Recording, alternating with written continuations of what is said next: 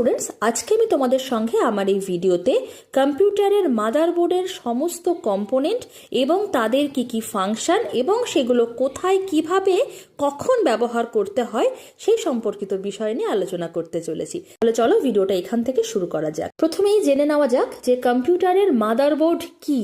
Motherboard হচ্ছে কম্পিউটারের ভিতরকার একটা মেইন প্রিন্টেড সার্কিট বোর্ড, যেটাকে শর্টে বলা হচ্ছে পিসিবি। আরো সহজ ভাষায় যদি বলি তাহলে বলা যেতে পারে যে মাদারবোর্ড হচ্ছে কম্পিউটারের মেইন অথবা প্রধান সার্কিট বোর্ড। প্রথমেই বলি মাদারবোর্ড কিন্তু একটা প্রিন্টেড সার্কিট বোর্ড এবং মাদারবোর্ড হচ্ছে এমন এক ধরনের সেন্ট্রাল কমিউনিকেশন ব্যাকবোন কানেক্টিভিটি, যেটার মাধ্যমে অন্যান্য যে কম্পোনেন্ট বা এক্সটার্নাল পেরিফেরালগুলো রয়েছে সেগুলোকে কানেক্ট করা যায় বা একে অপরের সাথে সংযোগ স্থাপন করার একমাত্র মাধ্যম। মাদারবোর্ড কিন্তু প্রায়শই সমস্ত রকম ইলেকট্রনিক ডিভাইস যেরকম টিভি, রেডিও, মোবাইল, এমনকি কম্পিউটার এবং ডেস্কটপে তো অবশ্যই সবসময়তেই থাকবে আমাদের অন্যান্য যন্ত্রাংশের সাথে কমিউনিকেশন করার জন্য। এখন কম্পিউটার স্ক্রিনে তোমরা যে ছবিটা দেখতে পাচ্ছ এটিকেই কিন্তু বেসিক্যালি বলা হয়ে থাকে কম্পিউটারের মাদারবোর্ড। মাদারবোর্ড বিভিন্ন ধরনের হয়ে থাকে, যেরকম extended ATX motherboard, standard ATX motherboard, micro ATX motherboard অথবা mini ITX motherboard, nano ITX motherboard অথবা পিকো আইটিএক্স মাদারবোর্ড। আজকে আমরা মাইক্রো এটিএক্স মাদারবোর্ড নিয়েই আলোচনা করব। প্রথমেই আলোচনা করব সিপিইউ সকেট নিয়ে। এখন যে অংশটা হাইলাইটেড হচ্ছে এটাকেই বলা হয় সিপিইউ সকেট অথবা সিপিইউ স্লট। সিপিইউ মানে সেন্ট্রাল প্রসেসিং ইউনিট। বেসিক্যালি কম্পিউটারের ব্রেন বলা হয় কিন্তু সিপিইউকে।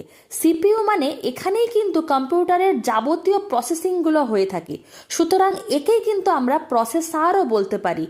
সুতরাং প্রসেসরকে ঠিক যেভাবে আমি এবার ভিডিওতে দেখাচ্ছি সেই পদ্ধতিতে মাদারবোর্ডের সাথে সিপিইউ সকেট বা সিপিইউ স্লটে অ্যাডজাস্টেড করা হয়ে থাকে। এবার আলোচনা করছি সিপিইউ কুলিং ফ্যান অথবা হিটসিঙ্কের ব্যাপারে। আসলে যখন আমাদের কম্পিউটার চলে সেই মুহূর্তে কম্পিউটার কিন্তু ভীষণ পরিমাণ গরম হয়ে যায়। তো সেই গরমটাকে ঠান্ডা করার জন্য, প্রসেসরকে কুল ডাউন করার জন্য আমাদের এই সিপিইউ কুলিং ফ্যান অথবা হিটসিঙ্ককে ব্যবহার করা হয় এবং ব্যবহার করার জন্য প্রসেসরের উপরে একটা থার্মাল পেস্ট লাগানো হয় এবং তারপরে মাউন্টিং পয়েন্টের উপর সঠিকভাবে সেট করে দেওয়া হয়। এরপর সিপিইউ কুলিং ফ্যানের যে পাওয়ার কর্ডটি রয়েছে সেটি মাদারবোর্ডের পাওয়ার পোর্টের সাথে কিন্তু কানেক্ট করতে হবে। এবার তোমাদের সাথে আলোচনা করব র্যাম মেমোরি স্লট নিয়ে। এই মুহূর্তে যে পোর্শনটা হাইলাইটেড হচ্ছে এটাকেই বলা হয় র্যাম মেমোরি স্লট অথবা memory slot. RAM means random access memory. এটা একটা প্রাইমারি মেমোরি। কম্পিউটারের র্যাম কিন্তু এই স্লটের সাহায্যেই মাদারবোর্ডের সাথে কানেক্টেড থাকে এবং যেভাবে আমি স্ক্রিনে দেখাচ্ছি ঠিক এক্স্যাক্টলি সেই প্রসেসেই র্যামগুলোকে এই স্লটের সাথে কানেক্ট করতে হয়।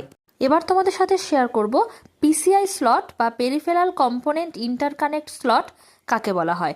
এই মুহূর্তে মাদারবোর্ডের উপরের যে পোর্শনটা হাইলাইটেড হচ্ছে এক্স্যাক্টলি এই পোর্শনটাকে পিসিআই কানেক্টর বা পিসিআই স্লট বলা হয়। পিসিআই কানেক্টর বা পিসিআই স্লটের কাজই হচ্ছে আমাদের অনেক সময় কাজের প্রয়োজনে অতিরিক্ত হার্ডওয়্যার কম্পোনেন্টকে মাদারবোর্ডের সাথে কানেক্ট করতে হয়, যেরকম নেটওয়ার্ক ইন্টারফেস কার্ড, কখনো modem, sound card, disk controller বা অন্যান্য যে পেরিফেরালসগুলো আছে সেগুলোর জন্য। এবার তোমাদের সঙ্গে শেয়ার করব এজিপি স্লট অথবা অ্যাক্সেলারেটেড গ্রাফিক্স পোর্ট কি জিনিস সেটা সম্পর্কে। তো এখন যে পোর্শনটা হাইলাইটেড হচ্ছে মাদারবোর্ডের উপরে এটাকেই কিন্তু এজিপি স্লট বা এজিপি পোর্ট বলা হয়। গ্রাফিক্স পোর্ট বা 3D ভিডিও গেম অথবা হাই রেজলিউশনওয়ালা যে গ্রাফিক্স কার্ড আছে সেগুলোকে মাদারবোর্ডের এই এজিপি স্লটেই সংযুক্ত করা হয়। এবার তোমাদের সঙ্গে আলোচনা করব আইডিই পোর্ট অথবা ইন্টিগ্রেটেড ড্রাইভ ইলেকট্রনিক্স পোর্ট সম্পর্কে।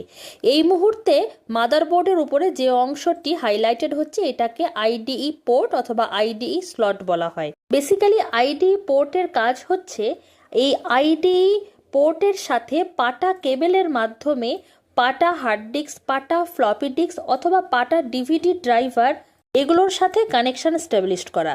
তবে বর্তমানে এই পাটা কেবেল বা আইডি পোর্টের তেমন করে আর কোনো ইউজ হয় না।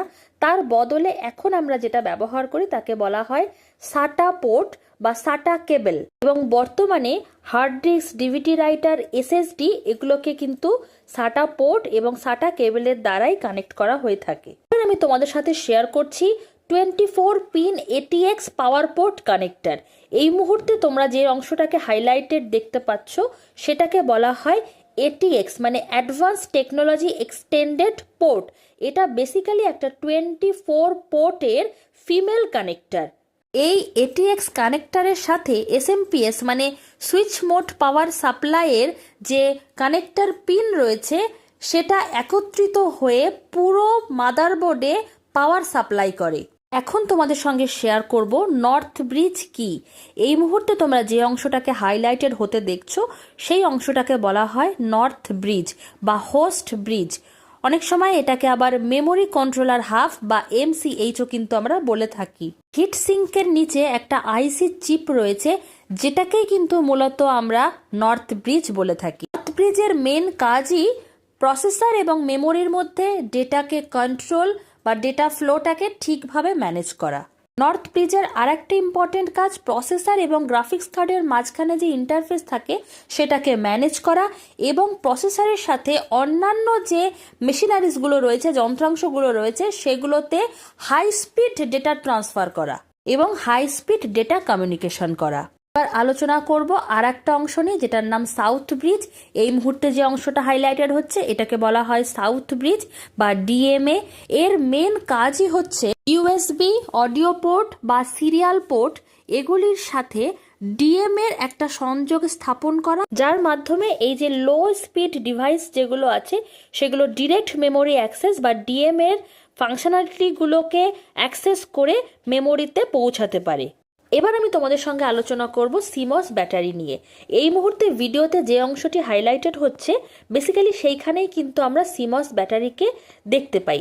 সিমস ব্যাটারি আর কিছুই না, এটা বেসিক্যালি একটা ব্যাটারি, অথবা তোমরা এটাকে স্মল পাওয়ার সাপ্লাই চিপও বলতে পারো। সিমস ব্যাটারির মেন কাজই হচ্ছে ডেট অ্যান্ড টাইম বা বুট অর্ডার বা পাসওয়ার্ড সেটিং, এই সমস্ত ইনফরমেশনকে এটা স্টোর করতে সাহায্য করে। এবার তোমাদের সঙ্গে শেয়ার করব কানেক্টর ফর ইন্টিগ্রেটেড পেরিফেরাল। এগুলো কি? এগুলো বেসিক্যালি আমরা যে পোর্টগুলোকে দেখতে পাই, যেরকম অ্যানালগ পোর্ট মানে অডিও ডিভাইস যেগুলো আছে লাইক মাইক্রোফোন, স্পিকার, এগুলো আমরা যে পোর্টের সাথে কানেক্ট করি সেগুলোকে বলা হয় analogue audio input output port. এবার দেখাচ্ছি ইথারনেট পোর্ট, অনেকে আবার এটাকে ল্যান পোর্টও বলে থাকে। বেসিক্যালি এই পোর্টটির সাহায্যেই কিন্তু আমরা ইন্টারনেট ব্যবহার করি। এই পোর্টটিতে RJ45 পিনের দ্বারা ল্যান কেবল কে ইনসার্ট করেই কিন্তু আমরা ইন্টারনেট কানেকশন করে থাকি। এবার তোমাদের সামনে যে অংশটা হাইলাইটেড হচ্ছে এটাকে বলা হয় USB পোর্ট। USB পোর্টের মেইন কাজই হচ্ছে কিবোর্ড, মাউস বা অন্যান্য USB কেবলকে ডেটা কমিউনিকেশন করার জন্য আমরা বেসিক্যালি USB পোর্টের ব্যবহার করে থাকি। স্ক্রিনে এই মুহূর্তে যে অংশটি হাইলাইটেড হচ্ছে সেটিকে বলা হয় VGA পোর্ট অথবা video graphic array port or connector. এই অংশটি বেসিক্যালি VGA কেবলের দ্বারা কম্পিউটারের মনিটরের সাথে কানেক্টেড থাকে। এবার যে অংশটি স্ক্রিনে হাইলাইটেড হয়েছে সেটিকে বলা হয় সিরিয়াল পোর্ট। এটি বেসিক্যালি বারকোড স্ক্যানারের সাথে কানেক্টেড থাকে। এই মুহূর্তে তোমাদের সামনে স্ক্রিনে যে পোর্টটি হাইলাইটেড হচ্ছে এটাকে বলা হয় PS2 পোর্ট অথবা ইনপুট পোর্ট। বেসিক্যালি এই PS2 পোর্ট কিবোর্ড এবং মাউসের সাথে কানেক্ট করার জন্যই কিন্তু ইউজ হয়ে থাকে। যদিও আজকালকার দিনে কিন্তু আর তেমন PS2 এর ইউজ হয় না, তার বদলে আমরা USB কেবলই কিন্তু ইউজ করে থাকি। এবার তোমাদের সাথে আলোচনা করব ফ্রন্ট প্যানেল কানেক্টর অথবা CPU এর সামনে বেশ কিছু সুইচ রয়েছে, সেই সমস্ত সুইচের ঠিক পিছনেই রয়েছে এই ধরনের কিছু সুইচ, যেরকম পাওয়ার সুইচ বা hard drive activity LED switch. তো সেই সমস্তগুলো USB প্যানেলে কিন্তু এই জাতীয় তার দিয়ে কানেক্ট হয়ে থাকে। এছাড়াও মাদারবোর্ডে রয়েছে আরো বেশ কিছু ইলেকট্রনিক চিপ, যার মধ্যে অন্যতম হচ্ছে ক্যাপাসিটার এবং রয়েছে বেশ কিছু ধরনের ক্যাপাসিটার। এই সমস্ত টাইপগুলো তো আমরা আগেই চিনেছি। এছাড়া রয়েছে IC বা ইন্টিগ্রেটেড সার্কিট এবং তাছাড়াও রয়েছে ট্রানজিস্টর। চলো এবার তোমাদের সাথে পরিচিত করাই সিস্টেম বাসকে। PCB বোর্ডের মধ্যে যে মেটাল পাথ বা লাইনগুলো রয়েছে সেগুলোকে কিন্তু বেসিক্যালি সিস্টেম বাস বলা হয়ে থাকে। এতক্ষণ পর্যন্ত তো আমরা মাদারবোর্ডে কোথায় কি থাকে সেই সমস্ত বিষয় নিয়ে জানছিলাম। এবার দেখব নেটওয়ার্ক ইন্টারফেস কার্ড কি। বেসিক্যালি নেটওয়ার্ক ইন্টারফেস কার্ড হচ্ছে কম্পিউটারকে ইন্টারনেটের সাথে কানেক্ট করার জন্য যে পোর্টের প্রয়োজন তাকে কিন্তু আমরা NIC পোর্ট অথবা নেটওয়ার্ক ইন্টারফেস কার্ড পোর্ট বলে থাকি। এই মুহূর্তে স্ক্রিনে দেওয়া যে ছবিটা তোমরা দেখতে পাচ্ছ এটা বেসিক্যালি একটা নেটওয়ার্ক ইন্টারফেস কার্ডের ছবি এবং প্রত্যেকটা নেটওয়ার্ক ইন্টারফেস কার্ডের কিন্তু ডিফারেন্ট ম্যাক অ্যাড্রেস হয়, মানে প্রত্যেকটা মেশিনে যে আলাদা আলাদা ইন্টারনেট কানেকশানের জন্য স্পেশাল পোর্ট রয়েছে বা ভিতরে যে নেটওয়ার্ক ইন্টারফেস কার্ড রয়েছে তাদের প্রত্যেকেরই কিন্তু ম্যাক অ্যাড্রেস আলাদা। প্রত্যেকটা ম্যাক অ্যাড্রেস কিন্তু 12 ডিজিটের হয়ে থাকে। এই মুহূর্তে স্ক্রিনের উপরে দেওয়া যে ম্যাক অ্যাড্রেসের এক্সাম্পলটি তোমরা দেখতে পাচ্ছ, ম্যাক অ্যাড্রেস কিন্তু বেসিক্যালি এই ধরনেরই দেখতে হয়ে থাকে এবং আমি তোমাদের সঙ্গে ক্লাসে আলোচনা করেছি যে লজিক্যাল অ্যাড্রেস এবং ফিজিক্যাল অ্যাড্রেস ডিফারেন্ট হয় ইন্টারনেট কানেকশনের জন্য। তো ম্যাক অ্যাড্রেসই কিন্তু আসলে ফিজিক্যাল অ্যাড্রেস এবং যার দ্বারা আমরা ইন্টারনেটকে ফাইন্ড আউট করতে পারি। ডেস্কটপ বা ল্যাপটপে ইন্টারনেটকে ব্যবহার করার জন্য আমরা এনআইসি পোর্টকে ব্যবহার করে থাকি এবং এনআইসি পোর্টটা মাদারবোর্ডের ভিতরে যে পিসিআই স্লট রয়েছে সেখানে কিন্তু স্ক্রিনে এখন যেরকমভাবে আমি হাইলাইটেড করে দেখাচ্ছি সেভাবেই লাগানো থাকে। এনআইসি বেসিক্যালি দু ধরনের, একটা হচ্ছে ওয়্যার্ড এনআইসি আর একটা হচ্ছে ওয়্যারলেস এনআইসি। তো চলো প্রথমে তোমাদের সাথে আলোচনা করে নেওয়া যাক ওয়্যার্ড এনআইসির বিষয়। এখন ভিডিওতে যে ছবিটি তোমরা দেখতে পাচ্ছ এটা মূলত একটা ওয়্যার্ড এনআইসির ছবি। যে অংশটা হাইলাইটেড হচ্ছে সেটা বেসিক্যালি পিসিআই স্লটে কানেক্টেড থাকে, আর যে অংশটি হাইলাইটেড হচ্ছে এটাকে অনেকে ল্যানের পোর্ট বলে থাকে, কিন্তু এটা বেসিক্যালি ইথারনেট পোর্ট যেটা RJ45 কেবল দ্বারা কানেকশন করা হয় এবং RJ45 পিন দ্বারা যে কেবলটা কানেক্টেড থাকে সেটা মূলত ল্যান কেবল আমরা বলে থাকি। এবং এই যে কেবলটা সেটার একটা পোর্শন তো ল্যান পোর্ট বা ইথারনেট পোর্ট বা এনআইসি পোর্টের সাথে কানেক্টেড থাকে, আর অন্য পোর্শনটা কিন্তু হাব বা সুইচ বা মোডেমের সাথে কানেক্টেড থাকে। আর এই মুহূর্তে যে ছবিটা দেখতে পাচ্ছ এটা হচ্ছে ওয়্যারলেস এনআইসির একটা ছবি। আর ওয়্যারলেস এনআইসি সবসময়তেই কিন্তু ওয়্যারলেস মোডেম দ্বারা কানেক্টেড থাকে। যেহেতু এখানে কোনো ওয়্যার বা তার নেই সেই জন্য এক্ষেত্রে আমরা সবসময় ওয়্যারলেস মোডেমকেই ব্যবহার করে থাকি ইন্টারনেট ইউজের জন্য। এবং যেহেতু এখানে আমাদের ওয়্যারলেস এনআইসি এবং ওয়্যারলেস মোডেমকে ব্যবহার করা হয় সেই জন্য সিগন্যাল হিসেবে আমরা এখানে রেডিও সিগন্যালকে ব্যবহার করি। এবং যেখানে আমরা ওয়্যার্ড এনআইসি এবং ওয়্যার্ড মোডেমকে ব্যবহার করি সেক্ষেত্রে তো ওয়্যারটা ল্যানের ওয়্যার এবং RJ45 কেবল দ্বারা ইউজ হয় সেটা আমি আগেই বললাম, কিন্তু সিগন্যালটা এখানে আমরা ডিজিটাল সিগন্যাল বা অ্যানালগ সিগন্যালকে ব্যবহার করে থাকি। চলো এবার তোমাদের সঙ্গে শেয়ার করব যে এনআইসি মূলত কোন কোন ডিভাইসের সাথে শেয়ার করা হয়। বেসিক্যালি কম্পিউটার বা ল্যাপটপ এই দুটো তো আমি আগেই বলেছি, তাছাড়া mobile, TV, printer, scanner, server এরকম বিভিন্ন জায়গায় কিন্তু ব্যবহার করে থাকি। তো বেসিক্যালি আজকে এটাই ছিল আমার গোটা ক্লাস। আশা করছি তোমাদের এই ক্লাসটি বুঝতে একদমই অসুবিধা হয়নি। ভিডিওটি যদি ভালো লাগে তাহলে ভিডিওটিকে লাইক, কমেন্ট, শেয়ার এবং আমার চ্যানেলকে সাবস্ক্রাইব করে তার পাশে থাকা বেল নোটিফিকেশনটিকে প্রেস করে দেবে। তাহলে আমি যখন নতুন কোনো ভিডিও আপলোড করব সবার প্রথমে তোমাদের কাছে পৌঁছে যাবে। দেখা হচ্ছে নতুন কোনো ভিডিও নিয়ে খুব শীঘ্রই। ততক্ষণ অবধি বাই বাই।